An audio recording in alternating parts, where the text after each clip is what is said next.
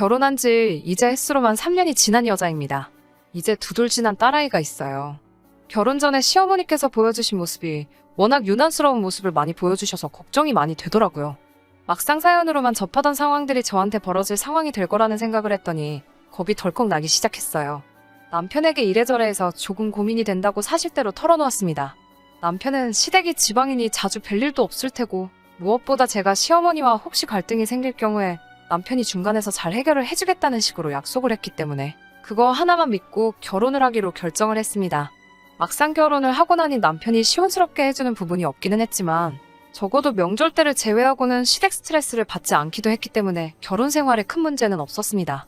저도 잔소리에 약간 묻어난 편이기도 하고 저도 할 말은 쌓아두지 않고 꼭 해야 하는 성격이라 남편이 혹시나 제 편을 들어주지 않는다고 하더라도 저 혼자서 어떻게든 해결할 수 있겠다는 생각이 들었어요. 신랑은 다른 건 모르겠고 어머니 음식 솜씨에만큼은 자부심을 가지고 있었어요. 본인이 음식을 잘 아는 것도 아닌데 그러는 걸 보면 조금 답답한 부분이 있었습니다. 외식을 하러 가거나 밖에서 뭐라도 사 먹는 날에는 툭하면 우리 엄마가 해주는 게 더 맛있다고 하면서 밥상머리 앞에서 궁시렁대는 게 일상이었습니다. 어차피 돈 주고 사 먹는 거 맛있게 먹으면 좋겠는데 꼭 어딘가 부족하다는 식으로 이야기를 하니 같이 돈 주고 사 먹는 입장에서 여간 꼴불견일 수가 없었어요. 아이가 돌이 지나면서 육아휴직 기간도 끝나게 되어서 처음에는 고민을 많이 했습니다. 상황이 여의치 않아서 제가 전업주부가 되기에도 무리가 있는 데다가 친정부모님도 시부모님도 양쪽 다 지방에 거주하시니 아이를 어린이집에 보내는 것 말고는 선택권이 없었습니다. 결국 저는 복직을 하게 되면서 아이를 어린이집에 보내게 되었습니다. 그때까지는 몰랐는데 아이가 분리불안이 조금 큰 편이었더라고요. 그래서 복직 3개월 만에 회사를 그만두기로 결정하였습니다. 불행 중 다행이라고는 할 수 없지만 그래도 당시 코로나가 엄청 유행하기도 했고 회사에서도 저의 사정을 이해해줘서 월급을 조금 삭감하고 재택근무라도 하지 않겠냐는 제안을 해주었어요.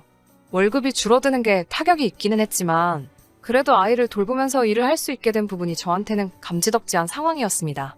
아이 가지신 분들이면 다 아시겠지만 이제 막 돌진한 아이가 있으면 매일매일 새반찬 해가면서 끼니 챙기기에는 조금 무리가 있잖아요.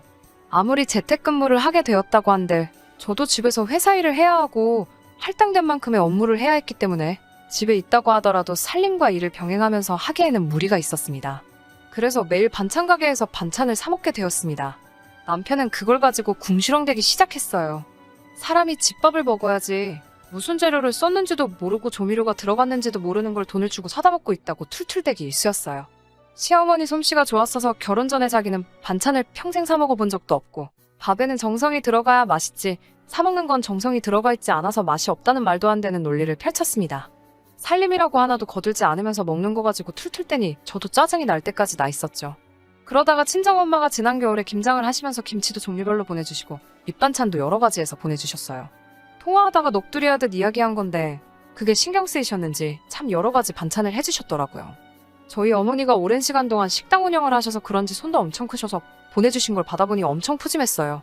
김장김치뿐만 아니라 동치미에 총각김치며 파김치까지 여러 종류로 보내주시고 밑반찬도 보관하기 용이한 반찬들 위주로 해서 잔뜩 보내주셨어요. 장조림에 진미채, 마른 멸치에 건새우 볶음까지 얼려놓고 꺼내기 편하게 며칠치 양으로 소분해서 정말 보관하기도 먹기도 편하게 해주셨어요.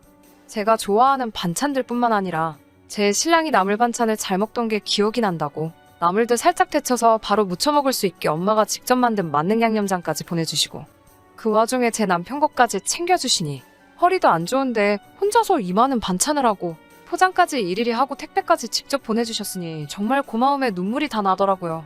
덕분에 밥만 해놓으면 해주신 반찬 꺼내 먹기만 하면 되니 한동안 집안일 하기가 엄청 수월했어요. 하지만 남편은 고마움도 느끼지 못하는 건지 우리 엄마 반찬 가지고도 밥상머리 앞에서 궁시렁대기 일쑤였어요. 아무리 반찬을 여러 가지를 해주셨다고 해도 전부 밑반찬 위주였으니 식탁 위에 올라오는 게 계속 같은 반찬이었어요. 그러다 보니 오늘도 또 똑같은 거냐고 하면서 반찬 투정을 하기 시작하더라고요. 그냥 감사히 먹어도 모자랄 판에 맛있다는 말은 곧 죽어도 한 번을 하지 않고 우리 엄마 멸치가 그렇게 맛있는데 우리 엄마가 이것도 잘하는데 하면서 우리 엄마 음식과 시어머니가 해준 음식을 비교하기 시작했어요. 자기가 무슨 대장금이라도 된 것 마냥 장모님이 음식점을 하셔서 그런지 조미료를 많이 쓰시는 것 같다며 음식에서 조미료 맛이 난다는 식으로 툴툴대기까지 하는데 듣다 보니까 너무 짜증이 나서 숟가락으로 남편 이맛박을 한 대 때렸어요. 제가 잘못한 건 맞기는 한데 제가 숟가락으로 이맛박을 때릴 때까지 저를 서운하게 한 남편 잘못이 더 크다고 생각해요. 허리도 안 좋으신 분이 너 반찬 투정한다고 이렇게 신경 써서 보내주신 거라고. 고마워는 못할망정 반찬 투정을 하고 있냐. 시어머니는 우리 먹으라고 뭐 하나 보내주신 거나 있느냐고 한마디 했어요. 말 같지도 않은 거 가지고 반찬 투정할 거면 너가 먹을 건 너가 직접 해라. 나도 집에서 일하느라 바빠서 끼니마다 새로운 반찬을 해주기 힘들다. 뭐 이런 이야기 하면서 대판 싸웠습니다. 그렇게 남편하고 냉전 상태로 며칠 지나가고 있는데 시어머니한테 전화가 한 통 왔어요. 아무래도 남편이 저랑 다툰 걸 가지고 전화로 전부 일러바쳤는가 봐요. 전화를 시작하면서부터 저한테 너는 요즘 집에만 있는다면서 목소리 듣기는 어째 회사 다닐 때보다 더 힘드냐고 말에 가시를 담아서 첫마디를 하시더라고요.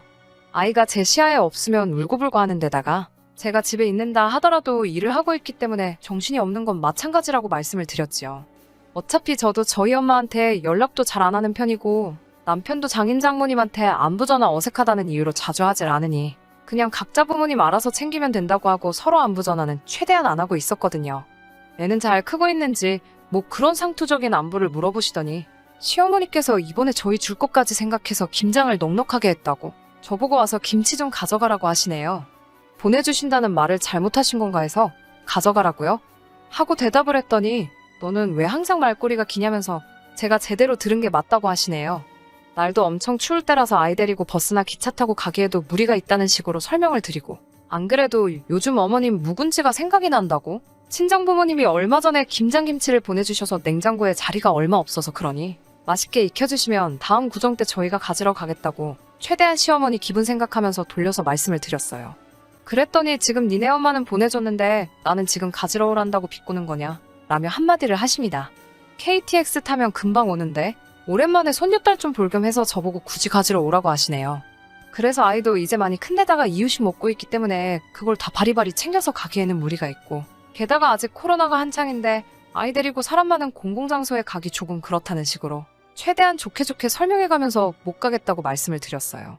그랬더니 저한테 버럭 소리를 지르시면서 지금 누가 시험이고 누가 며느리인지도 모르겠다고? 어른이 말하면 그냥 알겠다고 하면 될 것을 뭐가 그리 말이 기냐고 한마디 하시면서 김치도 네 먹으라고 주는 게 아니라 내 아들 먹이려고 하는 거니 냉큼 와서 가지고 가라고 하시더군요.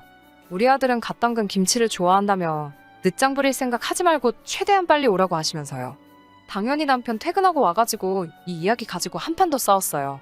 말도 제가 먼저 꺼낸 것이 아니라 남편이 퇴근하자마자 시어머니하고 통화했다고 너는 애가 왜 그러냐면서 밖에도 안 나가고 맨날 집구석에만 있으면서 거기 한번 다녀오는 게 싫으냐고 또 제가 재택근무를 한다는 사실 가지고 제가 다녀와야 한다는 듯이 성질을 바득바득 내더라고요. 너 먹으라고 해준 거라는데 내가 왜 거길 가야 되냐고 한참을 실갱이를 하다가 결국에는 남편이 주말에 차 끌고 가서 기어이 그 김치를 받아오더라고요. 자기가 가져왔으니 뒷정리는 저보고 하라고 해놓고서는 식탁 위에 김치통 올려만 두고 방으로 들어가 버리더라고요. 정리하다 말고 꼴보기가 싫어서 냉장고 구석에다가 처박아 놨어요. 다음 날에 점심 식사를 하는데 남편이 왜 김치를 왜 안 꺼내놨냐고 밥상머리 앉자마자 툴툴대기 시작했고 저는 너가 먹을 거를 내가 왜 차려야 하냐고 냉장고에 있으니 알아서 꺼내 먹으라고 했어요. 이게 진짜 반찬이지 이딴 소리를 하면서 고집 부린다고 우리 엄마가 해준 다른 반찬에는 손도 대지 않고 지가 꺼내온 김치만 가지고 밥을 2그릇을 먹더라고요. 어이가 없었지요. 남편의 유치한 행동에 어이가 없던 게 아니었어요. 남편이 밥을 2그릇이나 비워버린 그 김치는 시어머니가 해주신 게 아니고 얼마 전에 우리 엄마가 보내주신 우리 엄마표 김치였으니까요. 고집을 부리느라 미각이 어떻게 됐냐? 하면서 빈정대고 싶었는데 언제까지 그 김치가 우리 엄마 김치인 걸 눈치채려나 하고 가만두었어요. 시어머니 김치는 김치냉장고 구석에서 잘 익어가고 있었고요. 결국 남편은 2달도 안 돼서 우리 엄마가 보내준 김치를 끝내버리더라고요.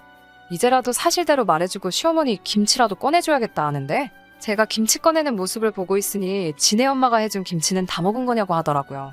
그때쯤에 진실을 말해줄까 하다가 우리 엄마 김치, 니네 엄마 김치 이러고 있는 게 가짜나가지고 그냥 아무 말도 안 했어요. 남편은 김치를 꺼내고 있는 제 옆으로 오더니 시어머니 김치를 하나 집어들어서 맛을 보더라고요. 먹자마자 김치에서 조미료 맛이 난다나 어쩐다나 하면서 이런 가짜 김치는 못 먹겠다고 하더라고요. 그 뒤로부터 다시 반찬 투정이 시작되었고 시어머니 김치에는 일절 손도 대질 않더라고요. 아무튼 그렇게 시간은 흘러서 얼마 전 구정 때였어요. 코로나 동안 한 번도 찾아뵌 적이 없어서 용돈 봉투에 각각 100만 원씩 평소보다 두둑하게 챙겨놓았어요. 시댁에서 이틀간 시간을 보내고 친정으로 출발하기 직전에 준비했던 용돈 봉투를 꺼내서 드렸어요. 그렇게 그냥 끝나면 되는 거였는데 남편이 지 안주머니에서 딱 봐도 돈깨나 들어있을 법한 두툼한 봉투를 꺼내면서 엄마 김치 덕분에 요 한동안 식사답게 식사를 했다고, 지금은 또 먹을 게 없어서 죽겠다고, 월동 배추 좀 사다가 김치 좀 더 담궈달라고 하면서 봉투를 건네더라고요. 시어머니가 주신 김치는 손도 안 댄 채로 그대로 있었는데 딱 봐도 그 김치 가지고 지네 엄마한테만 용돈을 좀 더 챙겨주려는 개수작이 눈에 너무나도 뻔히 보이더라고요. 그래서 제가 그 봉투를 낚아채버렸어요. 제가 봉투를 뺐으니 남편도 남편이지만 시어머니도 눈이 휘둥그레져서 어이가 없다는 듯이 저보고 뭐 하는 짓이냐라고 묻더라고요. 뭔가 오해가 있는 것 같다고, 시어머니께 남편이 어머님 김치는 조미료 맛이 나서 못 먹겠다고, 손도 안 대고 그대로 있다는 사실을 말씀드렸어요. 어머님은 앞으로도 김장해 주실 필요가 없을 것 같다고도 말씀드렸고요. 남편 말대로 이 돈은 친정엄마를 들여서 김치나 좀 더 받아야겠다고 하고 제 주머니에 챙겼어요. 남편이 아주 장모님 김치가 최고로 맛있다고, 김치만 가지고도 밥을 2그릇씩을 비워버린다고 하니 두세 포기 가지고는 한 달도 못 버틴다고 말씀드렸어요. 남편이 무슨 소리냐고 묻길래 너가 그동안 먹은 거 시어머니가 주신 게 아니고 우리 엄마 김치였다는 사실을 말해줬습니다. 남편도 어이없어 하고 있고 시어머니도 어이없어 하는 남편을 어이없이 쳐다보고만 있더라고요. 속이 후련해져서 차에 타려고 나오는데 야 이 녀석아, 너는 평생 먹은 엄마 음식 맛도 모르냐? 라는 소리와 함께 남편이 시어머니한테 등짝을 두드려 맞는 소리가 들리더라고요. 손맛이 좋으시다는 게 정말 남편 등짝 하나만큼은 찰지게 때리시던 게 이제서야 이해가 가더라고요. 친정 가는 차 안에서 얼굴이 아주 시뻘개져서 아무 말도 못하고 있는 데다가 친정에 도착해서 우리 엄마한테 김치를 이가 그렇게 잘 먹는다고 남편이 시어머니 드리려고 따로 준비한 용돈 봉투를 건네드릴 때 남편은 그 모습을 못 보겠는지 고개를 돌리고 있는데 정말 그동안 묶인 게 해소되고 통쾌하기가 그지 없었습니다. 얼마 전에 친정엄마가 또 김치랑 반찬을 한가득 해서 보내주셨어요. 대충 보니 그때 드린 용돈 따로 챙기신 거 없이 오롯이 전부 음식으로만 해서 보내주신 것 같아요. 저는 제 속 한번 시원하자고 한 건데 그것 때문에 또 엄마가 괜히 신경 쓰셔서 몸도 불편하신 와중에 음식을 잔뜩 하게 만든 것 같아서 마음이 좋지만은 않네요. 그래도 그 이후로 남편이 음식 투정도 안 하게 되었고 시어머니 음식이 진짜 음식이라며 다른 데서 먹는 음식으로도 툴툴 떼지 않게 되었으니 제대로 참교육을 한번 해준 것 같아서 기분 하나만큼은 좋아요. 남편이 저와 친정부모님에게 잘하게 된 만큼 저도 올해는 아이 데리고 시부모님도 자주 찾아뵙고 며느리 할 도리 하려고 합니다. 사연 들어주셔서 감사하고 혹시나 앞으로도 재밌는 일이 있다면 사연 한번 전해보도록 할게요. 끝까지 들어주셔서 감사합니다. 오늘의 사연은 여기까지입니다. 구독과 좋아요, 알람 설정 부탁드리고 더 좋은 사연으로 다시 찾아뵙겠습니다. 감사합니다.